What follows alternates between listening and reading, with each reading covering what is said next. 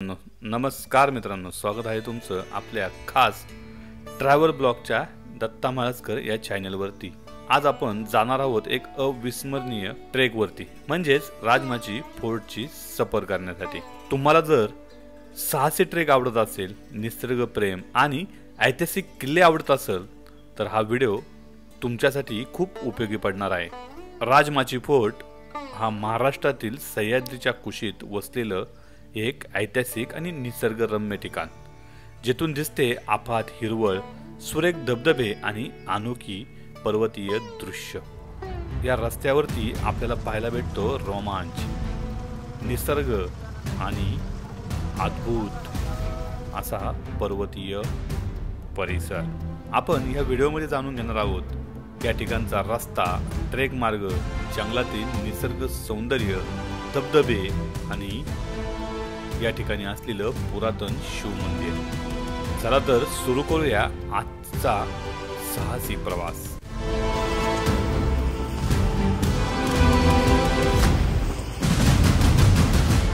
जर तुम्ही राजमाची फोर्टला येण्याचा विचार करत असाल तर पुण्यावरून साधारण 80 किलोमीटर इतकं अंतर राजमाची फोर्ट पर्यंत आहे, आणि जर मुंबईपासून विचार करत असाल तर 110 किलोमीटरचं अंतर तुम्हाला पार करावं लागतं। त्यासाठी 3 तास लागू शकतात।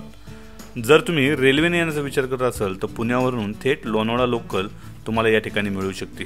लोणावळा रेल्वे स्टेशनवरून तुम्ही रिक्षाने कुणे गावापर्यंत जाऊ शकता। त्या ठिकाणी काही प्रायव्हेट वाहतूक व्यवस्था आहे, ज्याचा उपयोग करून तुम्ही राजमाची किल्ल्यापर्यंत पोहोचू शकता।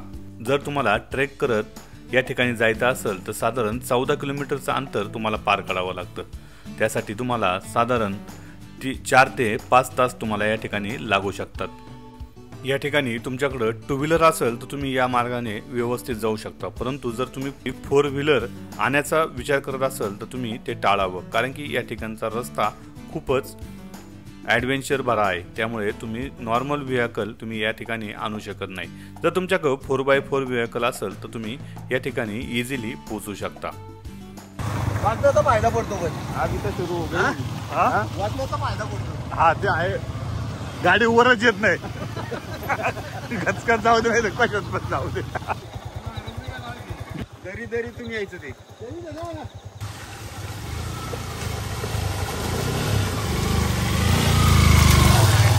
इथपर्यंत गाडी आणली। हा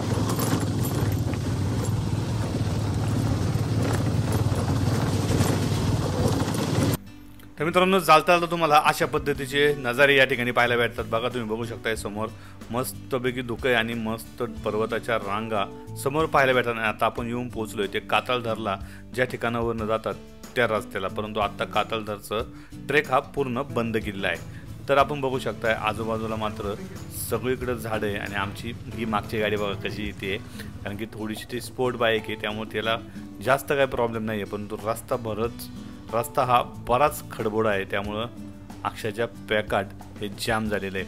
त्याचे छोटे मोठे तुम्ही वॉटर क्रॉसिंग करत तुम्ही येऊन पोचता ते फणसराई या छोट्याशा गावामध्ये। फणसराई हे अगदी 5 ते 6 घरांचं गाव आहे।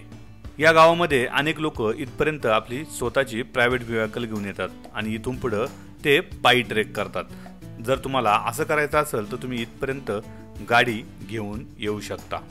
या ठिकाणी असलेला कातळधार हा धबधबा खरं तर याच गावामधनं खाली कोसळत असतो।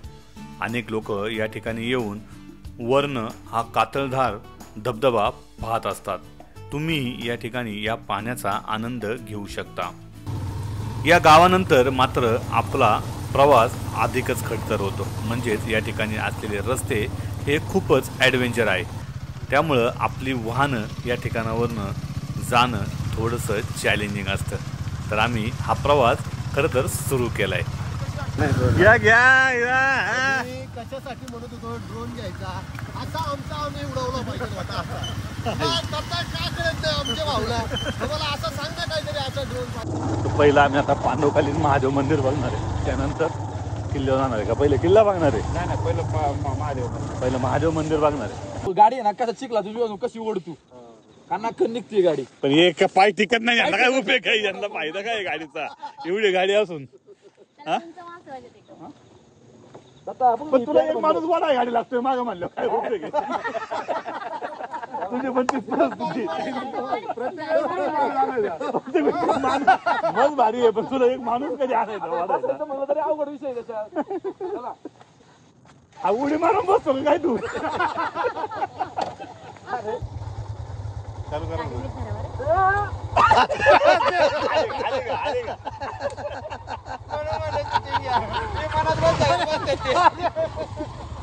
त्यामुळे गाड्या पण आपल्या वरण्या एवढ्या शिवा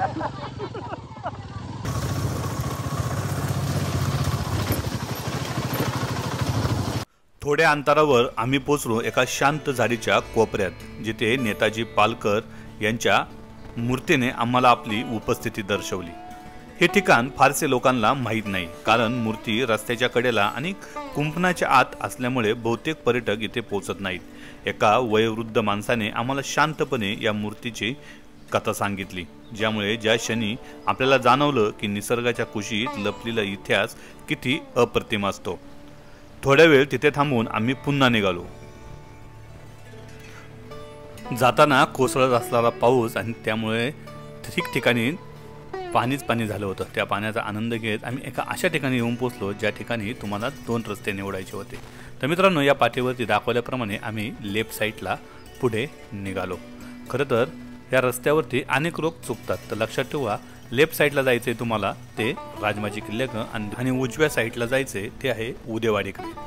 पुढे गेल्यानंतर एक प्राचीन गणेश मंदिर आम्हाला पाहायला भेटलं. जुन्या पद्धतीने बांधलेले मंद प्रकाश झळकत असलेले गणेश मूर्ती असं दृश्य जे मनाला स्थिरता देत होतं. मंद पाऊस आणि चिखलाचा आवाज आम्हाला वेगळाच अनुभव देत होता. निसर्ग आणि इतिहास यांचा अप्रतिम संगम या ठिकाणी पाहायला भेटला. आता पुन्हा आम्ही चिखलाचा अनुभव घेत आमची गाडी पुढे काढत निघालो. अचानक समोर दिसला एक छोटासा स्टॉल जेथे गरमागरम चहा आणि तळलेली भजी आमच्यासाठी आमंत्रण देत होती. थोडं थांबून चहा आणि भजीचा आस्वाद घेत आम्ही मनमुराद विश्रांती घेतली आणि निसर्गाच्या मनमोहक दृश्याचे आनंदही घेतला. इतकंच नाही तर त्या स्टॉलच्या जवळून दिसला तो अद्भुत कातळदार धबधबा जे आपल्याला कुठेही सहज पाहायला मिळणार नाही. धुक्यामध्ये लपलेला राजमाची किल्ल्याचा बुरुज उंचावरून आम्हाला शुभेच्छा देत होता. जणू पुढच्या साहसाला आमंत्रणच देत होता. हे सगळे अविस्मरणीय क्षण मनामध्ये ठेवून आम्ही पुन्हा निघालो पुढच्या प्रवासासाठी कारण प्रत्येक वळणावर नवीन कथा आणि अनुभव आपली वाट पाहत होती.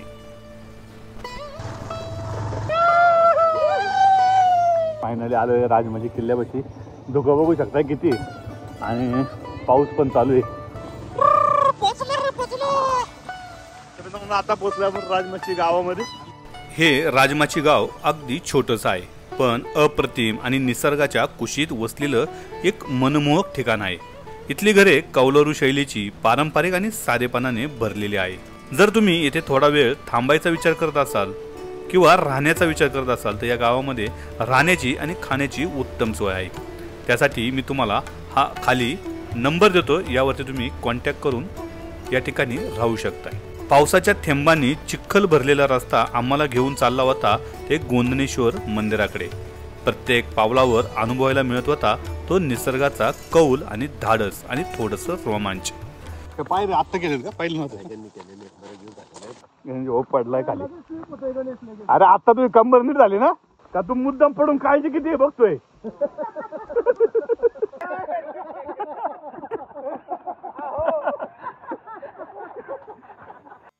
जवळपास आम्ही गोंदनेश्वर मंदिराकडे येऊन पोहोचलो होतो. चालण्यासाठी दगडी वाट या ठिकाणी तयार करण्यात आली होती. हे मंदिर साधारणपणे 700 ते 800 वर्ष जुने असून खूप वर्ष जमिनीखाली दडलेलं होतं. गावकऱ्यांच्या खोदकामात हे मंदिर आढळलं आणि त्यांनी त्याचं जतन करून संपूर्ण खोदून बाहेर काढलं. मंदिराच्या समोरील भागात एक विहीर आणि दीपमाळ आहे जे वातावरणाला खूप पवित्र आणि आकर्षित बनवतं.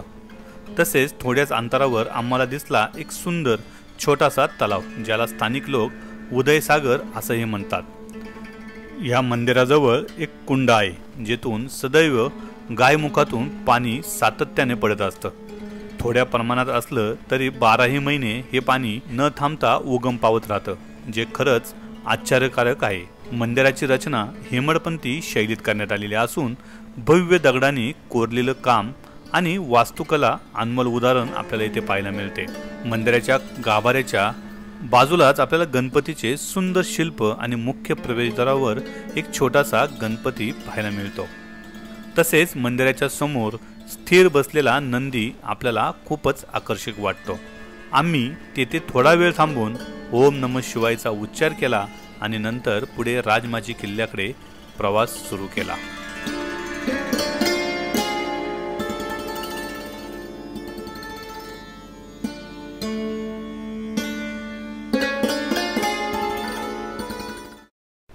तर बघू शकताय आपण आलोय राजमाची किल्ल्याच्या पायथ्याशी आणि हा आहे रस्ता वरती जाण्यासाठी. आपण केलेली एक गाडी या ठिकाणी पार्क, आणि पार्किंगसाठी कुठलंही शुल्क नाही आहे, परंतु इथं जर वन विभागाचा अधिकारी असेल तर ते आपल्याकडून 50 रुपये घेतात. तर आपण आता वरती जायला सुरुवात केलेली आहे. चंद्रम आता आपण चाललोय वरती राजमाची किल्ल्यावरती. तुम्हाला बघू शकता थोड्याशा पायऱ्या वगैरे आहे आणि लोक आता खूप आहे. रायवर असल्यामुळे लोक तुम्हाला दिसतात, इतर झालं जास्त काही लोक नसतात. राजमाची किल्ला 2 प्रमुख किल्ल्यांमध्ये विभागला गेलेला आहे, ज्यामध्ये पहिला म्हणजे श्रीवर्धन किल्ला आणि दुसरा मनोरंजन किल्ला. या 2 किल्ल्यांना एकत्रितपणे राजमाचीचा किल्ला असं म्हटलं जातं. श्रीवर्धन किल्ला हा मुख्य किल्ला आहे, तर मनोरंजन किल्ला तो जवळचा आणि लहानचा किल्ला आहे. चला तर आत्ता आपण चाललो आहोत श्रीवर्धन किल्ल्याकडे. किल्ल्याकडे जात असताना आपल्याला भरपूर झाडी आणि त्याच्या मधोमध दगडी तोडीमध्ये बांधलेला रस्ता आपल्याला पाहायला मिळतो. याच रस्त्याने आपण पुढे गडाकडे जाऊ शकता. खरं तर पावसाचं वातावरण आणि आजूबाजूला हिरवीगार झाडी पाहत या ठिकाणी चालण्याचा आनंद खरंच एकदम मनाला प्रसन्न करणारा आहे. असं करत करत आपण जाऊन पोचतो ते एका डोंगरामध्ये असलेल्या गुहेपाशी. ही गुहा नाही तर या ठिकाणी आतमध्ये पाण्याचे टाकं तुम्हाला पाहायला मिळतं. याच पाण्याच्या टाक्यामध्ये आत्ता पाणी भरपूर भरलेलं आहे, परंतु अंधार असल्यामुळं ते आपल्याला जास्त नीट पाहता येत नाही. परंतु या ठिकाणी काठोकाठ पूर्ण टाकं हे भरलेलं पाहायला मिळतं. या ठिकाणी ते कोरलेलं आहे. ते पाहून आम्ही पुन्हा एकदा प्रवास सुरू करतो, ते म्हणजे गडाच्या दिशेने. देवा जरा तुमची आमच्या लक्ष असू दे देवा. मनामध्ये एकला आणि बुद्धीमध्ये चंचलता आहे तुझा. खरं काही सांगणार नाही, खोटं काही बोलणार नाही, बोलण्याशिवाय काही राहणार नाही. बाळा तुझं लक्ष खूप आहे सगळीकडं, पण तुझ्यावरती कोण लक्ष ठेवत नाहीये. पण ह्या ज्या आहेत ते तुझ्यावर खूप लक्ष ठेवता आहेत बाळा. बाबा 2 वर्ष झालं घराचं काम चालू आहे, अजून होत नाही बाबा. काय करायला? होईल होईल, 1 वाजता जा, तुला ते बघायला भेटायला आलेले बाळा. हे राहू दे तुझ्याजवळ, ते तू वापर बाळा. काही गमती आणि विनोद करत आम्ही हा गड चढत होतो. खरं तर हा गड चढण्यासाठी आपल्याला साधारण 20 ते 25 मिनिटे बास होतात आणि तुम्ही या गडावरती सहज पोहोचू शकता. मध्यम प्रकारचा असलेला गड तुम्ही सर करू शकता. तर आपण जाऊन पोचतो ते या ठिकाणी असलेल्या काळभैरव आणि जोगेश्वरी मंदिराजवळ. हे मंदिर दिसायला जरी साधं दिसत असलं, पण त्यामागे असलेली इतिहास आणि श्रद्धा अतिशय अनमोल आहे. हे काळभैरव मंदिर गावातील अत्यंत पवित्र स्थान मानलं जातं. असं म्हटलं जातं की शाहू महाराज आणि पहिले बाजीराव यांनी या मंदिरासाठी काळभैरव आणि जोगेश्वरी यांच्या मूर्त्या भेट दिली होती आणि त्यांची यावर विशेष श्रद्धाही होती. या मूर्त्या त्या काळापासून आदराने जपल्या जातात. हे मंदिर दोन्ही किल्ल्यांच्या म्हणजे श्रीवर्धन आणि मनोरंजन किल्ल्यांच्या मधोमध वसले आहे, म्हणून किल्ल्यावर जाण्यासाठी किंवा परत येण्यासाठी हाच मंदिराचा रस्ता वापरला जातो. मंदिराचं सौंदर्य हे जरी साधं असलं, त्यात वेगळीच पवित्रता आहे. प्रत्येक कोपरा, प्रत्येक दगड आणि प्रांगणातील रचना आपणास त्या काळाच्या संस्कृतीचा अनुभव देते. काळभैरव आणि जोगेश्वरी मंदिराचे पवित्र दर्शन घेऊन आम्ही पुढे निघालो ते गडाच्या दिशेने जाणाऱ्या प्रवासासाठी. सुरुवातीला आम्ही घडीव पायऱ्या चढल्या, ज्या खूप सुंदर आणि पारंपरिक पद्धतीने बनवल्या होत्या, पण काही वेळेनंतर त्या पायऱ्या संपल्या आणि मग सुरू झाला एक ओबडधोबड थोडासा घसरा असलेला रस्ता, जो साहसी प्रवाशांसाठी एक आव्हानच होते. परंतु तो मार्ग कितीही अवघड असला तरी आपल्यासमोर खुललं होतं एक अप्रतिम असं दृश्य. खाली वसलेलं होतं एक छोटंसं गाव, जेथून वरती धुक्यांची सफेद चादर पसरलेली दिसत होती आणि त्यात भरभरून अशी हिरवीगार झाडी. समोरच दिसत होता तो सुंदर असा वॉटरफॉल. या सुंदर निसर्गरम्य आणि थरारक प्रवासानंतर आम्ही पोहोचलो गडाच्या मुख्य दरवाजाजवळ. राजमाची किल्ल्याचा इतिहास सुमारे 2300 वर्षापूर्वीचा आहे. सातवाहन कालखंडात या किल्ल्याचा वापर व्यापार मार्गावर निगराणी ठेवण्यासाठी केला जात होता. 1657 मध्ये छत्रपती शिवाजी महाराजांनी या किल्ल्याचा ताबा घेतला आणि किल्ल्याची मजबूतीही वाढवली. ब्रिटिश कालखंडातही या किल्ल्याचा उपयोग सैनिकी चौकी म्हणून करण्यात आला. या किल्ल्याच्या दोन्ही किल्ल्यांमध्ये जलाशय, अवशेष आणि किल्ल्याच्या रचना पाहायला मिळतात. राजमाचीच्या किल्ल्याला भेट देण्यासाठी पावसाळा म्हणजे जून ते सप्टेंबर हा सर्वोत्तम काळ आहे, कारण या कालावधीमध्ये कातळदार धबधबा आणि परिसरातील हिरवाई आकर्षक दिसते. तथापि पावसाळ्यात ट्रेक करताना विशेष काळजी घेणे हे आवश्यक आहे. याच मार्गावर जाताना आपल्याला कातळ खडकामध्ये कोरलेले धान्याची कोठारेही पाहायला भेटते. या कोठाऱ्याची भव्यता पाहून या ठिकाणी ठेवण्यात आलेले धान्य किती मोठ्या प्रमाणात असेल याचा आपण फक्त अंदाजच लावू शकतो. हे सगळं अनुभवत आम्ही आमची वाट चालत होतो. सगळीकडं धुकं आणि अधूनमधून दिसणारं छोटंसं गाव पाहत पाहत आम्ही या गडावरती वर चाललो होतो. सौम्य आणि गडद धुक्याची चादर जणू पृथ्वीच्या स्वर्गाची खोली उभी करत होती.